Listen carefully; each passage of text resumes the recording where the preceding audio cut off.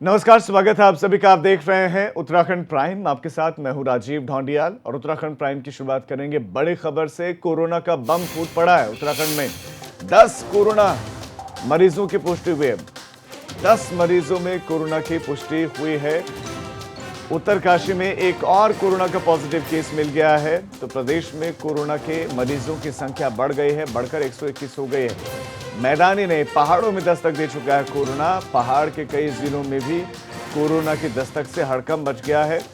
प्रदेश के हालात पर मुख्यमंत्री ने मीटिंग भी की है। मुख्यमंत्री ने चर्चा की है वीडियो कॉन्फ्रेंसिंग के जरिए अधिकारियों के साथ। ये उनकी बातचीत हुई है, उन्होंने बैठक ली है।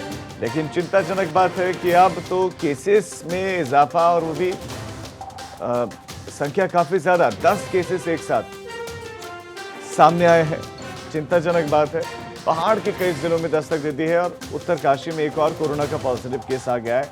बड़कोट में केस आया था, उत्तरकाशी में पहले प्रवासी आया था, उसके बाद एक और केस अब आ गया है। अल्मोड़ा में केसेस आए हैं।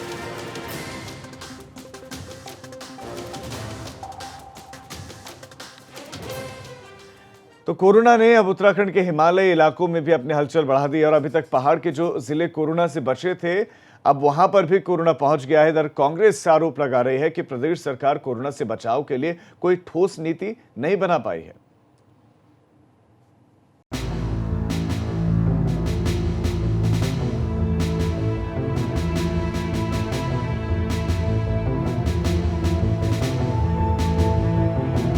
दूसरे राज्यों में रहने वाले उत्तराखंड के प्रवासी लोग अपने घर लौटकर भले ही राहत महसूस कर रहे हों, लेकिन आने वाले समय में प्रशासन की नींद उड़ने वाली है।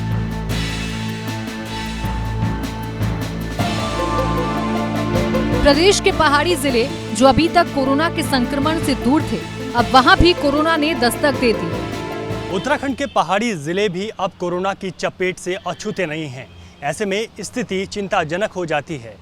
प्रशासन के साथ ही पुलिस को भी अब वहां पर सख्ती बरतने की आवश्यकता है, ताकि किसी भी तरह से क्वारंटीन नियमों की अनदेखी ना हो और स्थिति को काबू किया जा सके। पिछले कुछ दिनों से उत्तराखंड में प्रवासी लोगों के लौटने का सिलसिला जारी है। इनमें ऐसे कितने ही लोग हैं जो ऐसे इलाकों से लौटे हैं जहां पर कोरोना का संक्रमण बुरी तरह से फैला हुआ है। जैसे जैसे सैंपल्स की जांच की जा रही है, कोरोना पॉजिटिव मरीजों की संख्या बढ़ रही है। हफ्ते भर के भीतर तो कोरोना के मामले और तेजी से बढ़े हैं। लेकिन अब इस मामले को कांग्रेस ने हवा देनी शुरू कर दी है। कांग्रेस का आरोप है कि प्रदेश सरकार पहाड़ में कोरोना के बचाव को लेकर गंभीर नहीं है।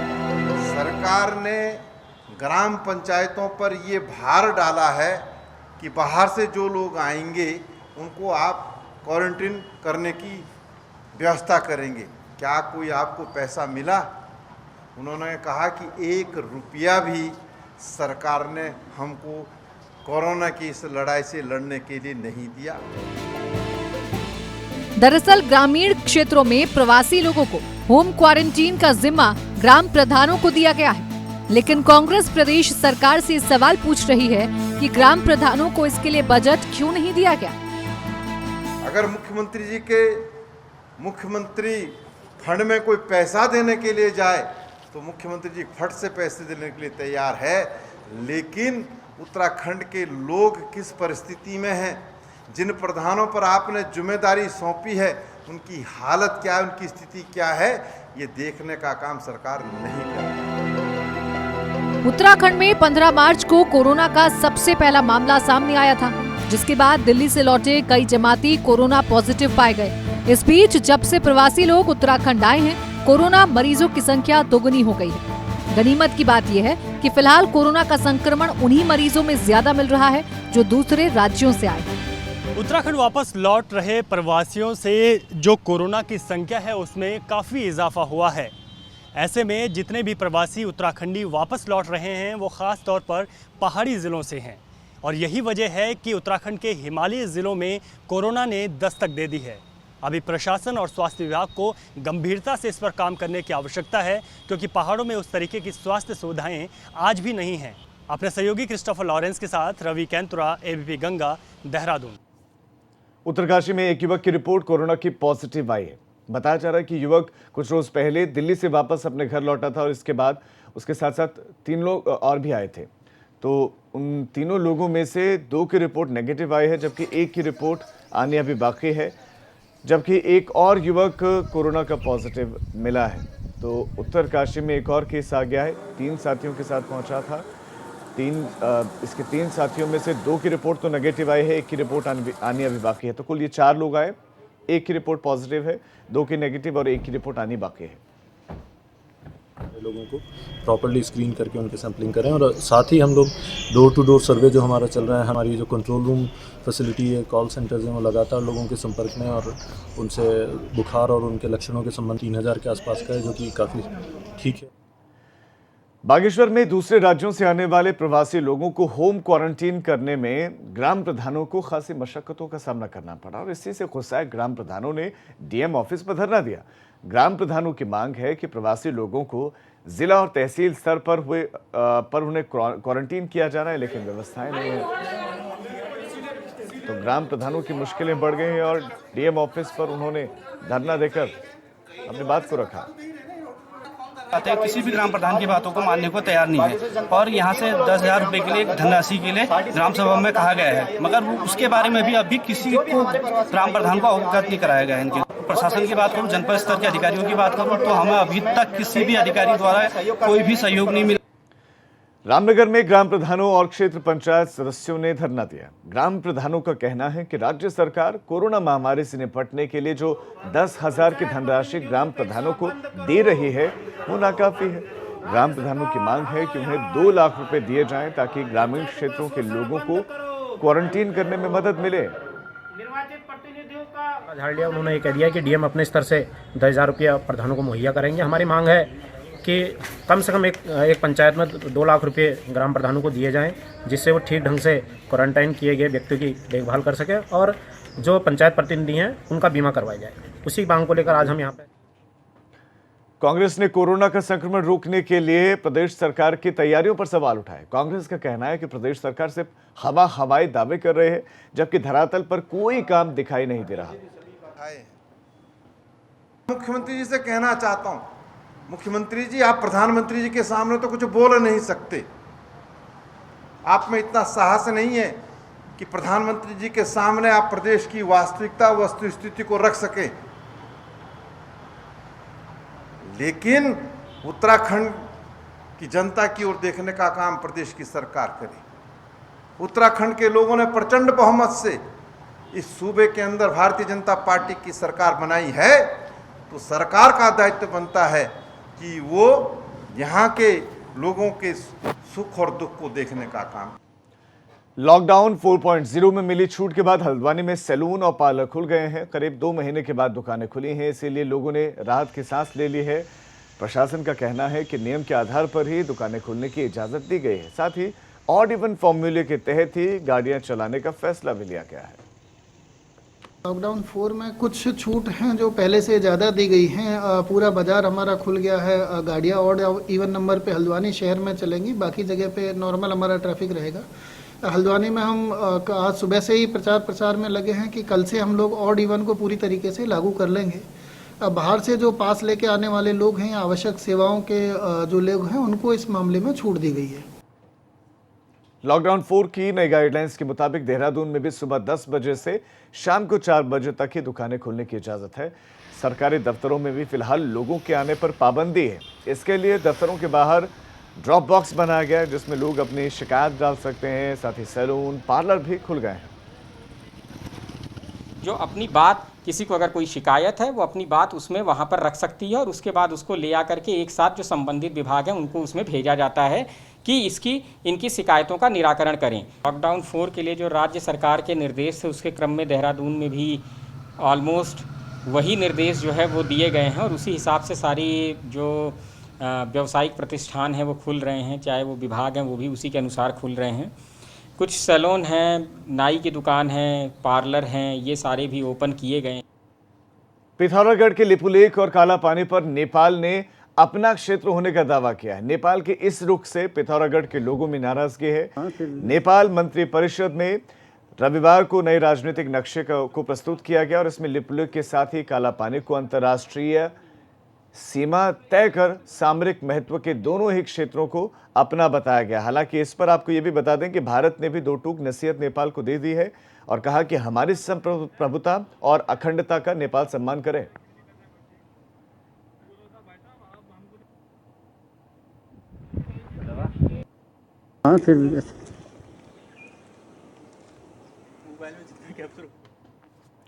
रामनगर में यूथ कांग्रेस कार्यकर्ताओं ने एसडीएम दफ्तर पर धरना दिया। यूथ कांग्रेस कार्यकर्ताओं की मांग है कि लॉकडाउन के दौरान सरकार के बिजली का और पानी का बिल सरकार को माफ करना चाहिए ताकि आम आदमी को राहत मिल सके, ताकि आम आदमी को समस्याएं थोड़ी कम हो, क्योंकि पैसा नहीं है और ऐसे में बिजली और पानी का बिल भी उसे भरना पड़ेगा तो ये उस पर अतिरिक्त दबाव होगा। मांग है कि जो 3 महीने लॉकडाउन का जो समय है इसमें स्कूल और कॉलेजों की जो फीस है पूरी तरह माफ़ हो, और जो आम जनता पे इस समय संकट उठा है तो इसमें जो बिजली और पानी का जो बिल है वो भी माफ़ किया जाए उत्तराखंड सरकार द्वारा। उच्च शिक्षा राज्य मंत्री धन सिंह रावत ने विधानसभा में अधिकारियों के साथ मीटिंग की और इस दौरान ई लर्निंग सिस्टम को लेकर बातचीत हुई। पहले चरण में 18 डिग्री कॉलेजेस को जोड़ने की योजना है। उच्च शिक्षा में हमने ऑनलाइन पढ़ाई पे बहुत इस समय ध्यान दिया है और इस समय 2 महत्वपूर्ण निर्णय किया हम लोगों ने। एक तो जो हमारे 105 गवर्नमेंट डिग्री कॉलेज हैं और सभी विश्वविद्यालय हैं, यहाँ मुख्यमंत्री घोषणा के तहत ई ग्रंथालय जो है बनाएंगे। एनआईसी को हमने ऑर्डर कर दिए हैं और 1 महीने में सभी कॉलेज में ई ग्रंथालय बन जाएंगे और सभी विश्वविद्यालय में। दूसरा, हमने सभी विश्वविद्यालयों को आदेश कर दिए हैं कि वो डिजिटल लॉकर बनाएं ताकि छात्रों को मार्कशीट के लिए, डिग्री के लिए कहीं भटकना न पड़े। रुड़की में कोरोना का नया मामला सामने आया है। मोहम्मदपुर मोहनपुरा में एक युवक कोरोना का पॉजिटिव मिला है। बताया जा रहा है कि युवक 14 मई को मुंबई से लौटा था। 18 मई को युवक के सैंपल जांच के लिए भेजे गए थे। अब उसकी रिपोर्ट पॉजिटिव आई है। फिलहाल युवक को दून मेडिकल कॉलेज में एडमिट करवा दिया गया है। जो मुंबई से दिल्ली आया था और दिल्ली से रुड़की आया था, उसकी सैंपलिंग कराई गई थी। आज उसके सैंपल पॉजिटिव आए हैं। उसे दून मेडिकल कॉलेज आइसोलेशन हेतु भेजा जा रहा है। उनके परिजनों की भी सैंपलिंग कराई जा रही है और सैंपल की जो रिपोर्ट होगी उसके आधार पर स्वास्थ्य विभाग के निर्देशों पर अग्रिम कार्रवाई अमल में लाई जाएगी। टिहरी जिले में भी कोरोना ने दस्तक दे दी है। कीर्तिनगर इलाके में एक युवक कोरोना का पॉजिटिव मिला है। युवक को श्रीनगर के बेस अस्पताल में आइसोलेट किया गया है। साथ ही युवक के संपर्क में आए हुए बाकी लोगों के बारे में भी जानकारी जुटाई जा रही है। उन लोगों को भी क्वारंटीन किया जाएगा और बताया जा रहा है कि युवक गुरुग्राम से लौटा था और अब कोरोना पॉजिटिव मिला है। पहला केस जो कीर्तिनगर का पॉजिटिव आया है, उसमें हमने आज ही इस संबंध में टीम रवाना कर दी है यहाँ से, जिसमें एपिडेमियोलॉजिस्ट है और वहाँ से वो वार्ड एलटी जो है वहाँ पर सैंपल ले लेंगे। जो भी कोई उसके कॉन्टेक्ट ट्रेसिंग का उसमें लिस्ट बन गई है और उसमें जो भी कॉन्टेक्ट ट्रेसिंग में उनकी होम क्वारंटाइन के बारे में बता दिया गया है। खटीमा से विधायक पुष्कर सिंह धामी ने गृह मंत्री को पत्र लिखकर नेपाल बॉर्डर को खोलने की मांग की है। दरअसल लॉकडाउन के बाद से बड़ी संख्या में नेपाल के लोग उत्तराखंड में जहां तहां फंसे हुए हैं। रोजगार नहीं होने से इनके सामने खाने पीने की चीज़ों की समस्या। हालांकि दूसरी तरफ इसका एक दूसरा पक्ष ये भी है कि नेपाल का ये कहना है, नेपाल के मंत्री का भी ये बयान आया है कि उनके देश में जो कोरोना के केसेस बढ़ रहे हैं, इटली, चीन या अमेरिका में जो कोरोना है उससे ज़्यादा खतरनाक है भारत से आने वाला कोरोना। भारत से जो लोग आ रहे हैं और वो अवैध तरीके से आ रहे हैं और कोरोना लेकर आ रहे हैं। हालांकि नेपाली मूल के बहुत लोग उत्तराखंड में और भारत में फंसे हुए हैं। वो मांग कर रहे हैं कि उनको नेपाल भेजा जाए, लेकिन नेपाली सरकार इजाज़त नहीं दे रही।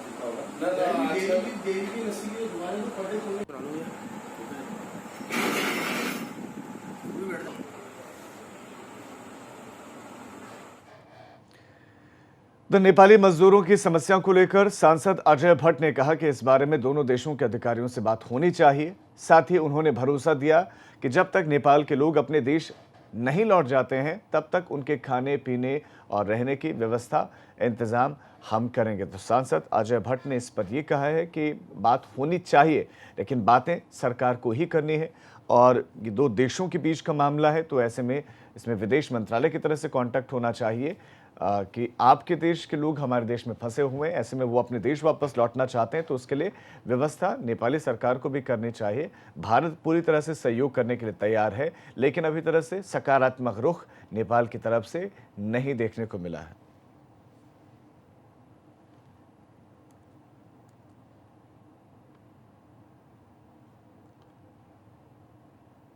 समस्या ये आ रही है कि उत्तर प्रदेश से और अन्य प्रदेशों से जो भी नेपाली बंधु आ रहे हैं वो खटीमा, बनबसा और टनकपुर यहाँ के नाम पर आ रहे हैं। हम यहाँ के रहने वाले हैं और वहाँ के डिस्ट्रिक्ट मजिस्ट्रेट या कंसर्निंग अथॉरिटी उनको पास दे रही है, जबकि पास आना नहीं चाहिए था, क्योंकि वो नेपाल के हैं। वो उनको अपना आईडी दिखाते और आईडी देखने के बाद पास जारी होना चाहिए। अब इससे यहाँ पर खटीमा में अव्यवस्था होना लाजमी है, अव्यवस्था हो गई है थोड़ी सी, पर इसको हर हालत में हमारे रोटी बेटी के संबंध है नेपाल से, अपने भाइयों का हम ख्याल रख रहे हैं। अब एक छोटे से ब्रेक के लिए हम रुक रहे हैं, फौरन लौट रहे हैं।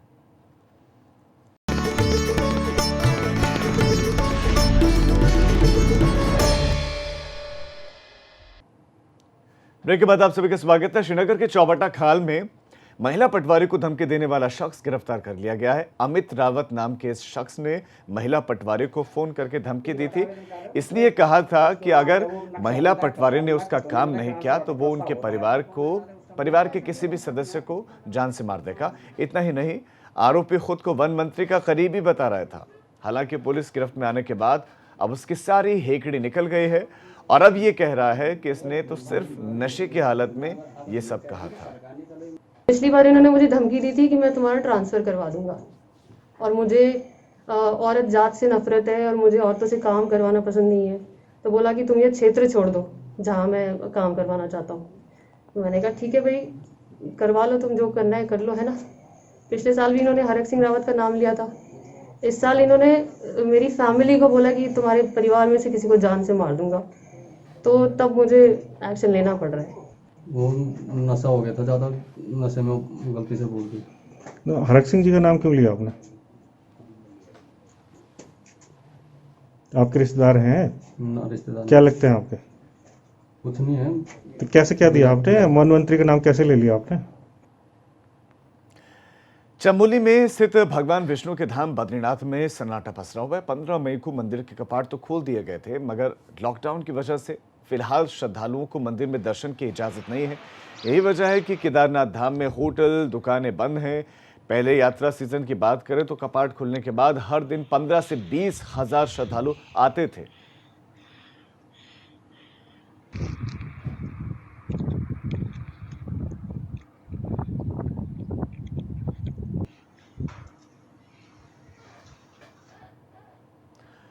रुद्रप्रयाग में स्थित तृतीय केदार तुंगनाथ के कपाट खोल दिए गए हैं और ये सबसे ज्यादा ऊंचाई पर स्थित भगवान शिव का मंदिर है।